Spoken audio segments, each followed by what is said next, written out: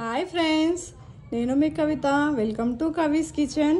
ఈరోజు మన వీడియోలో tasty variety snacks egg puff ఎలా తయారు చేయాలో చూద్దాం.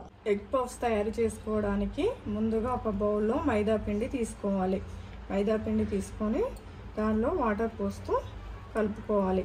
మనం ఎగ్ పఫ్స్కి మైదా పిండికి బదులు గోధుమ పిండి కూడా వాడుకోవచ్చు. ఇలా కొద్దిగా వాటర్ పోస్తూ కలపాలి. మైదా పిండిని ఇలా కలుపుకొని ఒక 15 నిమిషాలు పక్కన పెట్టుకుందాము.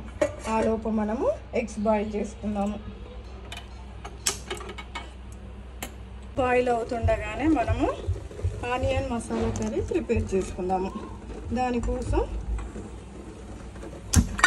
ఒక బౌల్ తీసుకొని అందులో ఆయిల్ వేసుకుందాము.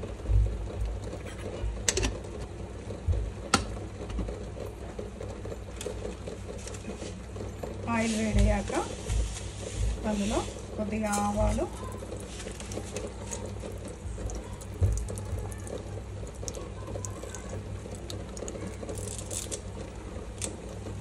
కరివేపాకు, తర్వాత ఆనియన్స్ వేసుకోవాలి.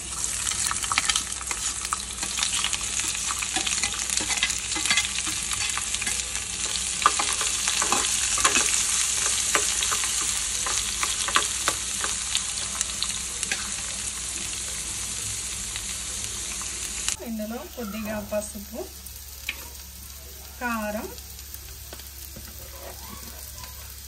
రుచికి సరిపడినంత ఉప్పు వేసుకోవాలి. కొద్దిగా ధనియాల పొడి వేసుకొని కలుపుకోవాలి. అవసరమైతే ఇందులో కొద్దిగా మసాలా కూడా వేసుకోవచ్చు.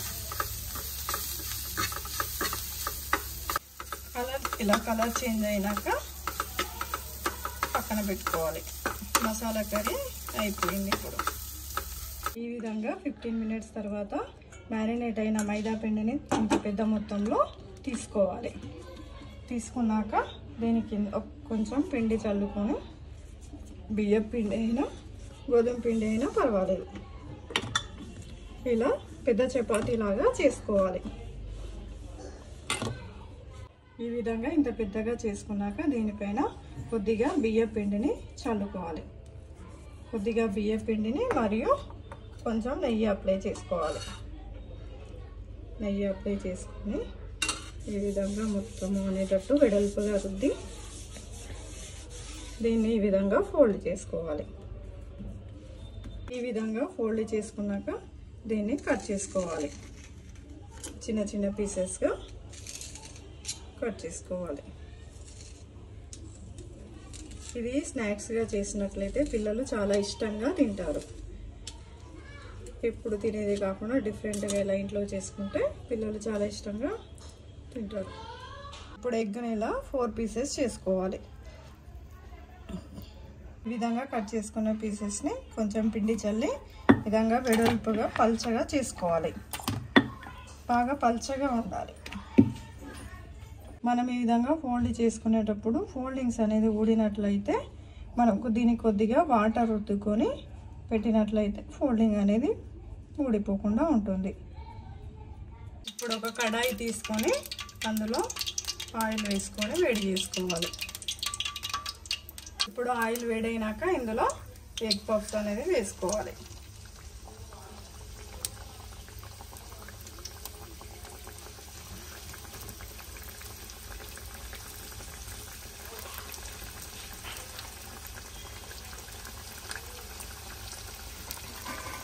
లైట్గా కలర్ చేంజ్ అయినాక ఒక ప్లేట్లోకి తీసుకోవాలి. ఇలా లైట్గా కలర్ చేంజ్ అయినాయి కదా, ఇప్పుడు ఒక ప్లేట్లోకి తీసుకుందాం. అంతే, ఎగ్ పఫ్స్ రెడీ అయిపోయినాయి.